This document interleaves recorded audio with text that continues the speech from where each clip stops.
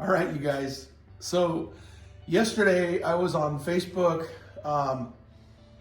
and in one of the 912 groups, this guy, Jonathan, hey Jonathan, this is video for you, buddy, was asking a question about the shift coupler, and he says he's mechanically inclined, and he's just not familiar with what's in the shift coupler and all that. So I went on there and I said, I left a message. I said, hey, look, if you want, I'll do a video on it. And I thought, what a great opportunity to do a video on the shift coupler.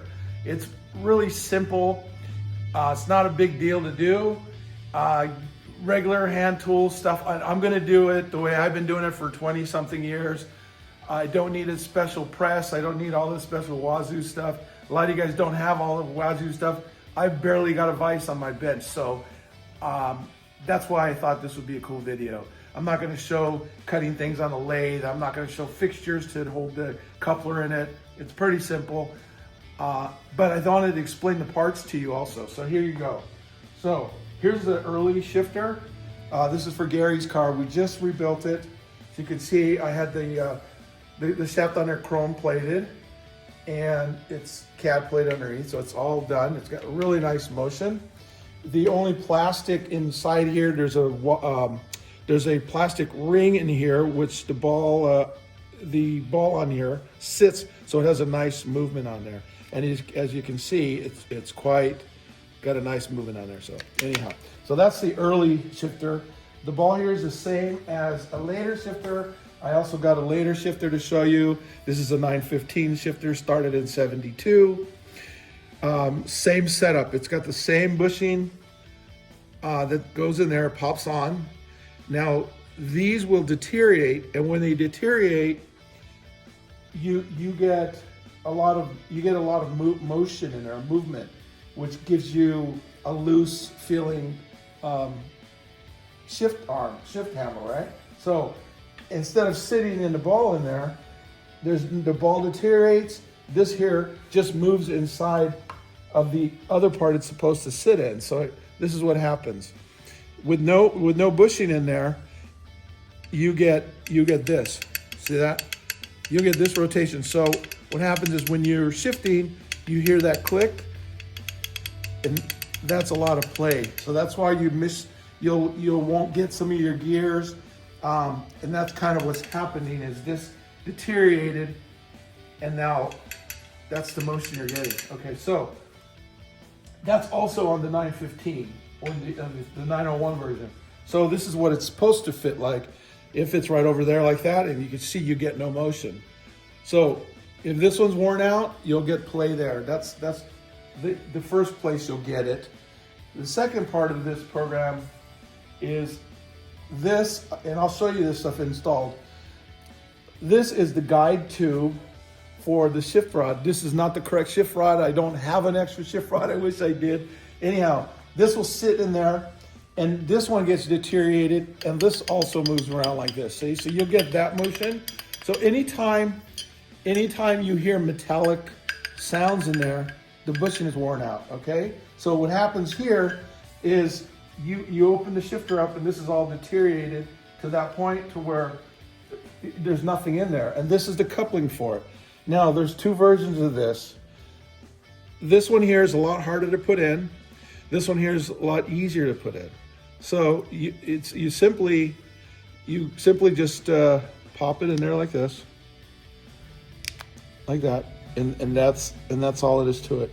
This one here, you have to probe it in there with a screwdriver. You can heat it up with a heat gun a little bit and put it in there, but the result is the same. It fills the void.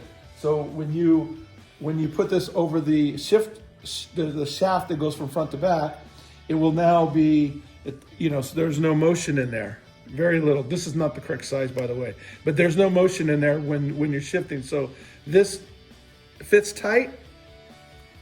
Then it's fitting tight on the ball here, which goes inside this here that's on the end of the rod, okay? And then that sits in there like that. That ball sits in there like that, and you get no motion. So your shifter now is locked up so where you don't have any motion at all in here. So that takes all the slack, all the free movement in there out of the front at the shifter. Okay, now we still have the shift coupler to do. So that's the one in the front under the shifter. So now, and then these here, this is a later one. You can see it's smooth. This is an earlier one. Both of these, you'll have this set pin to lock it up on the shaft that goes through the car. And then the earlier ones will have a square one like this. See that? Okay, so either way, they both work the same. You can have either or. That doesn't matter. Now, as you can see inside there, it just goes through and locks it onto the shift rod shaft, okay? So now I will show you that in the car. Now, either way works well. So now let's go to the shift coupler itself. This is what it looks like. You can see this has a little bit of play. This is not going to be bad, but if you look at this bushing that's in here, this bushing will just, let me see if I get my pick here. This bushing is old, and it will just fall apart. See that it's just going to deteriorate. So this is what happens when a car's been sitting and you start driving it, and you got all your gears, right? Well, this thing will just start dissolving, and it will just literally fall apart, and then you'll end up with this. Nothing in there, right? So this is the shift coupler with no bushing. These are completely worn out. They're old and they're deteriorating, and that's just what happens with the time. So as you can see, that if you pop this in here like this, it takes up that slack. See, and that is what's going on. That's how you're going to lose your gears trying to shift. So on this, to fix this, this will all, like I said, this will just deteriorate, and then your shift coupler will now be like this. That's all there's to it. So your side to side, when you're trying to get your gears, this is what it's doing. And all this is right underneath the rear behind the seats in the coupler box there, which we'll show you. Okay. All right. So, and then again, this is the lock pin for the transmission part of it. See, that locks the transmission. And again, you can have this square style, or you can have this style here. It's going to be either way. So I'm going to show you how to do this now. I do this with a 14mm deep socket, and I run it inside there like this, and then I get a drift. I get a drift out like that. And then what I'll do is I will punch that out. I don't need special tools. I could do this on the vise and smash it through if we wanted to. But like I said on this video, these are common things that you're gonna have around your house, or in just even a light mechanic garage. And I've been doing this like this for, I don't know, 26 years or something like that. So check it out. Okay, so I set it down, and then you set your drift in there like that, and just give it a tap. Get this going. You don't need to bash it through.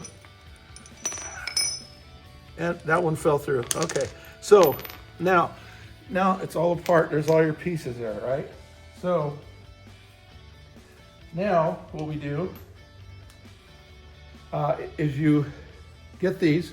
You can see there's like a half moon in there, and you run that in there. And if we're lucky, there it is. Okay, so that one's in there. And we'll go with this one, and we can run that one in there. Oh, let me get a screwdriver. Okay, so you can get a screwdriver here, and you continue. Square them up, just like that, all right? Now, you run this in there like this. Okay, and then you run your pin back. And on the pin has a factory spot where I guess they punched it. It's got like a little split in there, and that is so that it will go in and it will it'll hold on that. right? So you just run it right through like this. And then what I'll do is I'll just put it back on the ground again, as simple as it is, and I'll tap it. A couple of taps in there, like that. That's almost all the way in. Like that. There you go. And then if there's a little bit sticking out of there, a little more, so it's not all the way even, right? So I'll get my 14. There it is. And there you go. And now it's even on both sides all the way around. So Jonathan, that's what you need to do. And you rebuild this. You see there's no motion in there. So this one is ready to go. And that's how easy it is. Okay? And that's, like I said, it's just a 14 millimeter deep socket, just so that it'll punch through, and a drift chiseled, push it right through, and that's it. So when you do this, you can clean it all up. They're usually pretty dirty looking like that. But what is definitely going to happen is, if you start driving the car after it's been sitting, this will deteriorate and you start losing your gears, and you're kind of wondering why. Now, when you remove this, you're gonna lose your position of where it was before. Now, the position to put this in, what I do is I put the transmission in neutral, and I'll run this on there and keep it in neutral. Then I'll slide the shift rod over the top of this, and I'll keep it dead center. There's a slot in this shift. I'll show you that now. But that goes right in the center of that. And that's where I start my alignment. Then you can drive your car. Actually, you can just feel for the gears while you're sitting there, because what it does is it's going to go this left, right, and then forward and back. And the forward and back, usually you can put I'd say about a quarter inch here or so away from the end there, right there, about a quarter inch, about like right there, and then the slot will be right in there. So let me write that down here. Okay, like this, look. So just figure like this. The slot on the shift rod is going to be, we'll say right there, right? And then keep it about this far back. This is just getting close to the idea of where it goes. All right, and I'll show you that right now. And I'll show you that in the car. So that's about where you set it to start. Now, you're going to be trying to get first gear, and then you're going to be trying to get reverse on a 915. And on the 901, one side is first and reverse on the dog leg or 4-speed. Anyhow, either way, you're going to go maximum left and maximum right, and you got to find that happy center place. So all you do is to loosen the adjustment on the shift rod and just adjust this one notch. When you loosen it enough, you'll feel it click. You'll kind of feel like one click, and then you tighten it up and try it again. Don't be afraid to play around with this. You're probably not going to get it dead on at the first time, but you got to learn to just move it just a little bit, and that'll change a lot on the shifter side of the rod. Okay, so that's that there. Now I'm going to go over to the car, and we'll pull the shifter out, and then I can show you where this is located and the position that it should be. I've already done the ones in this car, so we'll pull that shifter off just to show you what's going on in there, okay? So we're gonna, first off, this is for the heater. We'll remove this here. Just take that out. This is a 67 912, so that you have this for the heater, okay? So we'll remove that.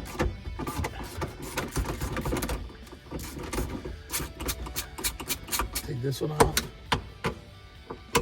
and then we'll remove this one.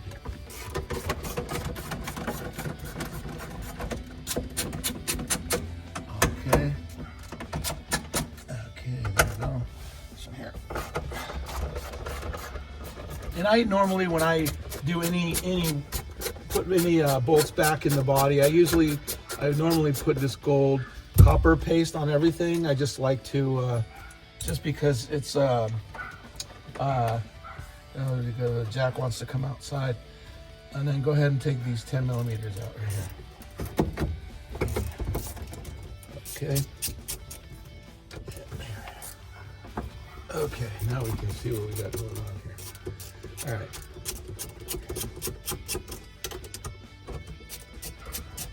Okay.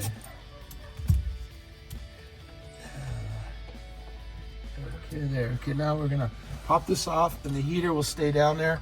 There's a slot right here so that you can get the heater lever off of there, and you can see this one. Like I said, I just did this one. So there's the coupler that drops into there, right? You get your heater sits over here, and there's the new rod. You can see that in there, Leah, there. See the bushing there on the shift rod? So that's what keeps the shift rod from moving without any play. It just slides right on there, and that's exactly how it sits. That's all there is to it. When you reinstall this, put the heater through the front slot there and drop this right inside there, and that's it. And that's all you're done here. And that'll be that's all it takes. There's no adjustments in here. There's nothing to do in here. Just drop the shifter on there, and that's it. Now we're going to go back to the coupler. I'll show you what coupler we got. All right, so this is the bracket that holds that, and you can see the blue sleeve on there, right there. Okay. Now, to replace this here, what you have to do is, you can see here's one of this car has the square nut on there. Okay, so you remove that with an 8mm wrench. Remove that, and then this whole assembly here will slide right off the front here. So when you slide this off, you can now slide this off, replace that bushing, slide it back on, and then set that pin again. Now this will not thread until you find the correct location. It's a little tricky to do, but you will find a rotation, and once you release this will just slide right off the tip of the shift rod here. Okay, that's how you do that. And then when you replace it, you just put this back in there, and you'll line up this hole first, which is the first one here on the back of the shifter, right there. Okay, so I just wanted to go over that with you on how to remove that. All right, very good. Okay, so here's the coupler. The owner of this car bought a new coupler. This is an aluminum, also brand new. These come completely built already, so you don't have to do anything there. So anyhow, what I'm talking about is the slot. Let me see if I can find this. Right there. See that slot right there? That slot, the place to start is normally in the center line. So you're gonna have a center line here, center line like this, and then center line that up right there. So straight line, straight through. That's where that goes. And then, like I said, about a 1/4 inch away or so from there, and then you will tighten it up there, and then you can try that and see if you had hit all gears. That's a good starting point. Okay, so center line, center of here, this is a neutral, and then tighten it up, and then try all your gears and see where that goes from. Okay, so that's that part. All right, so that's my that's me trying to help you with your shift coupler. Don't be afraid to get involved and do it. To change it out, it's really easy to do. You don't have to wait at a shop and get it done. Do it yourself. It's not that big a deal. It really isn't. You might think that trying to readjust it to get the gears is going to be really hard to do. It really is not that hard. You got to put it in there, like I said about being in a neutral position. Add it on there and try, see if you get all gears. If you don't get the gears on one side or the other side, just click it the opposite way. You'll play around with it for a little bit, but you'll get it, and then you'll be happy you did it because you did it yourself. And it's like I said, and cost-wise, the bushing kit, these here, and the new ball cap, this seal here, these bushings, maybe $15 on eBay. They're all over eBay. Everybody has them. This is another type that Weltmeister did. These are okay. They're all okay, but But this style here that's notched on the backside is much easier to install, because I'm telling you, these other ones, you got to heat them or you really fight with them to put them in. Other than that, the shift coupler rebuilding, I showed you that. It's really easy, no special tools. Sometimes it takes a little more to get the pin out of there, but it's not super difficult. Anyways, all right, guys. So we got this weekend. We have the buses by the bridge. I'm gonna go down and shoot some videos, some buses. I think it's really cool. They're camping in the buses for like 4 days. I want to do that. I have a turbo here. I want to show you guys this car. We're gonna rebuild the motor on it, but before I tear it all apart, I want to take it out and do a video on it, because it's a really special car. You guys will really like this one. So anyhow, all right. Thank you for watching, Jonathan. I hope this helps. And the guys in the 912 group that I got this post from, I hope I help you guys out too. If not, you can always contact me. And if there's, I don't know, sometimes some things are bad. Maybe your transmission could have issues also. But most of the time when I get the transmissions that don't shift in gears, it's the bushings. Very common. And if you've never done them or had them done, they deteriorate. Even when they're halfway deteriorated, you'll start losing your gears. So anyhow, there you go. All right, guys, thanks. We'll catch you in the next one.